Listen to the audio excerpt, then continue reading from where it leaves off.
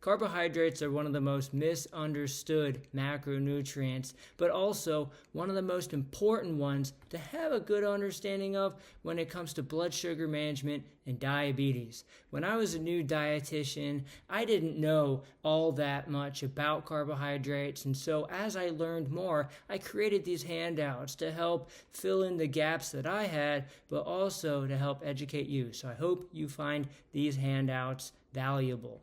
This first handout is going to go over the different types of carbohydrates. So oftentimes people have heard the term carbs or starches or fiber or sugar, but it's really hard to differentiate between all of these. So this handout makes it really simple. So carbohydrates, fats, and proteins are 3 different macronutrients found in foods, and they're just given their definition based on their molecular structure. So a carb is going to be a string of sugar molecules, a lipid is going to be a glycerol backbone with fatty acids, and proteins are going to be a string of amino acids. So here with carbohydrates, we've got 2 different kinds: digestible and non-digestible. Digestible carbohydrates can be divided into complex or starchy carbohydrates and simple carbohydrates. Complex carbohydrates include starchy vegetables like potatoes, squash, and peas, as well as grains. Grains include oats, brown rice, wheat berries or wheat, quinoa, barley, millet, sorghum, farro, bulgur. There's a whole variety of them. Another kind of digestible carbohydrate is simple carbohydrates. Simple carbs, often people think of as being sugar, white sugar, refined sugar, and that's really what gives carbohydrates its bad reputation. People associate carbs with sugar and junk food, but not all simple sugars are refined sugars, and not all carbohydrates are simple.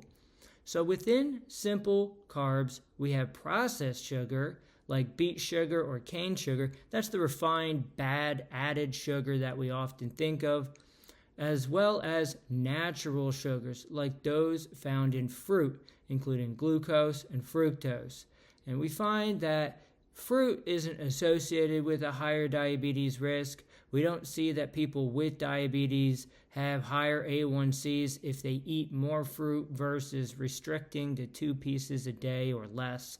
So in general, we do recommend that people with diabetes still consume fruit, but certainly stay away from added processed sugars like cane sugar, which is the most common one that we see added in foods. This is another great handout that I've made. This is the effect of grains on blood sugars. One of the myths that we hear too often is that people with diabetes should carb restrict. However, with the exception of dairy, carbohydrates come from plant foods: fruits, vegetables, whole grains, beans, nuts, and seeds. And so when people carb restrict, they end up restricting their intake of whole intact plant foods. And these foods are associated with better health outcomes, not worse health outcomes. So I never recommend that people carb restrict, but I do encourage them to focus on carbohydrates that digest slower rather than those that digest faster. And this handout really helps people understand the rate in which carbohydrates digest, specifically with grains. So on the left-hand side, we have our intact grains. These are going to be grains that haven't been milled into a flour or processed in any sort of way. And later in this presentation, I will go over more about the anatomy of a grain so we can really understand whole versus intact grains. But for now, intact grains are those that have not been processed really in any way. These are going to include oats, quinoa, barley, farro, millet, sorghum. So we can buy these in the bulk section, or you can find them in the aisles in different cans or bags, and it's just going to be single ingredients. So the reason why these have less effect on our blood sugars than the other carbs is because they have to sit in our stomach for a while to be digested. So one of the main jobs of the stomach is mechanical digestion. It doesn't do so much with chemical digestion. Most of the digestion that occurs in the stomach is going to be mechanical in nature. It's going to break food down into smaller bits. And so when we mill our food and eat them in floured form, it goes through our stomach a lot quicker because, well, that's one of the jobs of our stomach, is to basically turn grains into flour. So when we eat our grains intact, they definitely digest a lot slower. When we mill them into flour, we can have products like whole wheat tortillas, whole wheat pastas, or corn tortillas. We also have like multigrain or whole grain crackers. So those foods are going to digest a little bit quicker than intact grains in which they came from. Where people really run into problems with blood sugar management is with what I call fluffy carbohydrates. These are foods that are made from whole grains still, but they've been fluffed up. They have some kind of leavening agent. So this is going to include our breads. So we know that white bread and wheat bread both have a glycemic index of 71, so they both digest relatively quickly compared to tortillas. So one of the things that this handout helps tell people is that it's better to have a wrap than a sandwich, and it's better to have a grain bowl than a wrap. So as we consume our carbohydrates in more processed form, we increase their effect on blood sugars. Now all the way to the right is going to be our junk food. So this includes refined white flours and white sugar, as well as foods made from those products, including chips, crackers, cookies, donuts, desserts, snacky foods.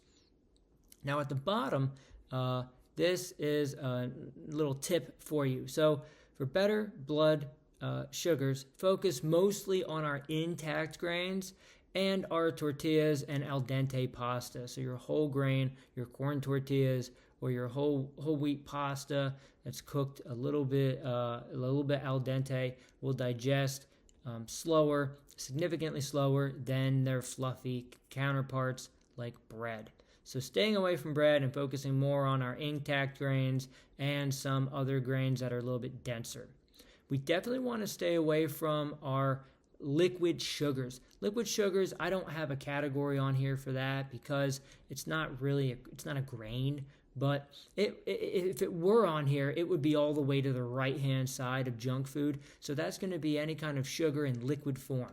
Sweet teas, fancy coffees, juice, soda. So anytime we drink our sugar in liquid form, it goes through our GI tract relatively quickly and has rapid effects on our blood sugar. So staying away from that will definitely have the biggest effect on your blood sugars and your hemoglobin A1C.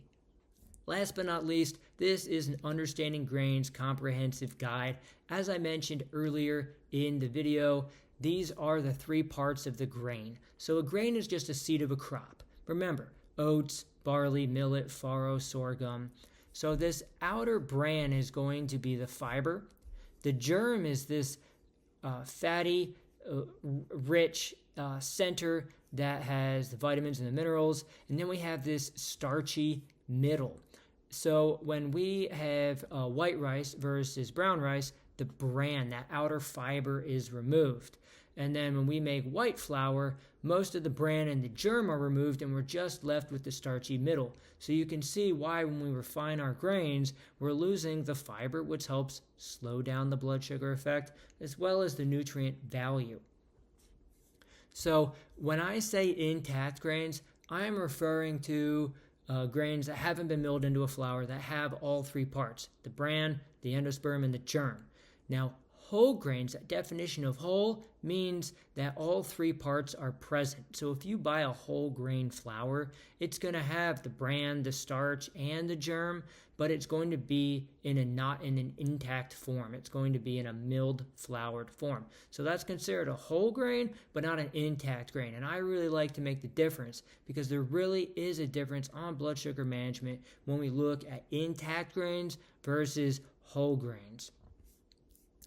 So remember, intact grains are whole grains, but not all whole grains are going to be intact. So on this second page, I go over a little bit of label reading. So what I always recommend to patients is look for the word whole on your label, W-H-O-L-E. So as we see on this ingredient label, it says whole. And if it says 100% whole anywhere on the package, that means that all the flour in that product is a whole grain. Now, of course, if you just buy rolled oats or bags of quinoa or brown rice, it might not say whole, but you can look at the label and understand what the ingredient is, that it's just one ingredient, and it's the whole unrefined product. This label reading is really more for products that are made with flour. So the red flags is if it says things like enriched, or if it just says wheat flour. So wheat flour and white flour are the same thing. It has to say whole. Remember, by law, if it says whole, it'll have all three parts. If it doesn't say whole, it doesn't have all three parts of the seed or the grain, so it's going to be a white refined flour. So wheat flour and white flour are the same. Whole wheat flour is different than wheat flour. So I always look for the word whole. An example of what not to buy is this bread here, this honey, oat, and nut. So it looks healthy. It's got some fancy stuff on the outside, looks pretty dark, looks like maybe it has whole grains in it, but when we read the ingredients, we don't see the word whole, and it even says enriched. So by law, manufacturers have to enrich the flours of these products if they contain white or wheat flour that's not whole. So if the majority of the flour in the product is a refined flour, they have to add back in 5 minerals, which are niacin, riboflavin, folic acid, thiamine, and iron. Sometimes iron will be listed as ferrous sulfate, but here it's listed as iron. So if you don't see the word whole, or if you see the word enriched, or if you see those 5 minerals, those are a red flag, and that's going to be in the ingredients section. Some manufacturers like Cheerios, General Mills, they're going to add in some of those in a separate section, but they won't be listed in the ingredients.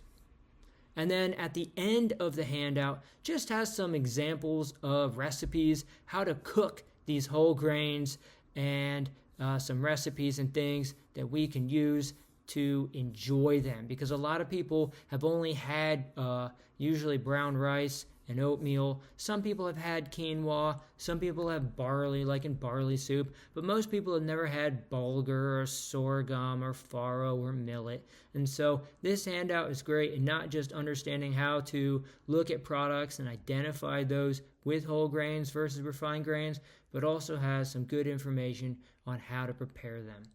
I hope you found this video helpful. Please let me know if you have any questions. Again, this is a really good basic understanding of carbohydrates. It's certainly not everything about carbs, but definitely everything that you should know as a dietitian or as someone that's just looking to follow a good, heart-healthy diet.